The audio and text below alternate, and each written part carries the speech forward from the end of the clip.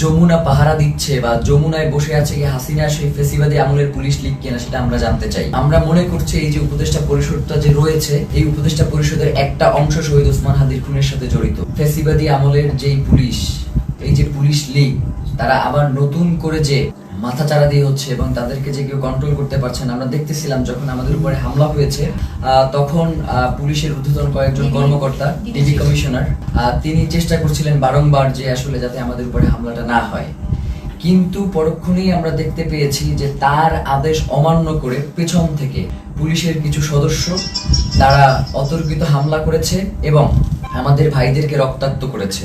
তো আমরা ইনকিলাব মঞ্চের পক্ষ থেকে এর তীব্র নিন্দা জানাই এবং যারা এই আক্রমণের সাথে জড়িত রয়েছে তাদেরকে অতি দ্রুত বিচারের মুখোমুখি করবার জন্য আহ্বান জানাই। কারণ বাংলাদেশের জনগণ এই মুহূর্তে প্রচন্ড ভাবে তারা ক্ষেপে রয়েছে, তারা কোনোভাবেই এই ব্যাপারটাকে মেনে নিতে পারছে না।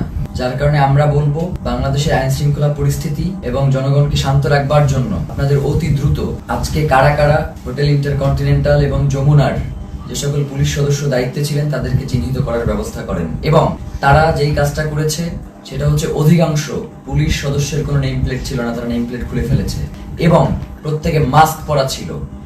এই যে মাস্ক পরে নেম প্লেট খুলে যে হামলা, এই হামলা তো আমরা, এবং হেলমেট পরে এই হামলাগুলো তো আমরা দেখেছি ফেসিবাদী হাসিনার আমলে।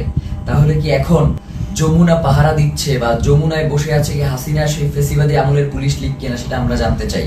সেই সাথে এসএসএফ আজকে প্রচন্ড রকমের দুর্ব্যবহার করেছে আমাদের সাথে, আমাদের যুবাকে রাস্তায় ফেলে মেরেছে এবং মাথায় আঘাত করেছে, ছাদকে মেরেছে। তো এই যে, এবং আমাদের ইনকিলাব মঞ্চের এমন কোনো কর্মী নাই যে আজকে এই হামলায় আহত হয় নাই। তো এখন আমরা এই প্রশাসনের কাছে জানতে চাই, আমরা তো সুনির্দিষ্ট একটা দাবি নিয়ে ওখানে গিয়েছিলাম যে জাতিসংঘের অধীনে যাতে শহীদ ওসমান হাদির হত্যার তদন্তটা নিশ্চিত করা হয়।